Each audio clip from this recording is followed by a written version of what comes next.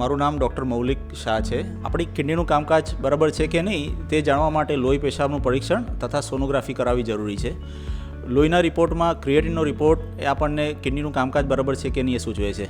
સામાન્ય રીતે પુરુષોમાં ક્રિએટિનનું પ્રમાણ 0.8 to 1.2ની વચ્ચે રહેતું હોય છે અને સ્ત્રીઓમાં 0.6 to 0.8 કે 0.9 સુધી રહેતું હોય છે. તો જો પેશન્ટનું ક્રિએટિનિન પ્રમાણ કે 0.9થી વધારે સ્ત્રીઓમાં અને 1.2થી વધારે પુરુષોમાં હોય તો એને કિડનીની બીમારી હોવાની શક્યતા છે. તેવી જ રીતે લોહીના ટકા જો ઓછા હોય તો એ કિડનીની બીમારીને કારણે હોઈ શકે છે અને ક્ષારનું પ્રમાણ પણ પ્લસ માઇનસ રહી શકે કિડનીની બીમારીમાં. પેશાબમાં જોઈએ તો પેશાબમાં અમુક દર્દીઓ ફીણની કમ્પ્લેન કરતા હોય છે, જે ક્યારેક પેશાબમાં પ્રોટીન જવાને લીધે થતું હોઈ શકે. એટલે જો પેશાબમાં પ્રોટીન જતું હોય તો એ કિડનીની બીમારી સૂચવે છે. એવી જ રીતે રક્તકણ જતા હોય, માઇક્રોસ્કોપિક હિમેચ્યુરિયા જે કે બ્લડ જે જતું હોય સૂક્ષ્મ લેવલ પર, તો એ પણ કિડનીની બીમારી સૂચવી શકે છે. રહી ગઈ સોનોગ્રાફીની વાત, તો એમાં આપણે જાણવું જરૂરી છે કે દર્દીને એક કિડની છે, બે કિડની છે, અને જો કિડનીની સાઇઝ બરાબર છે કે સંકોચાઈ ગયેલી છે. એટલે કિડનીનું પેશન્ટ હોય તો ઘણી વખત સાઇઝ કિડનીની સંકોચાઈ જતી હોય છે. કિડનીમાં પાણીના પરપોટા છે કે નહીં અને એનો દેખાવ કેવો છે, આ બધી વસ્તુઓ આપણને કિડનીની બીમારી છે કે નહીં એ સજેસ્ટ કરી શકે.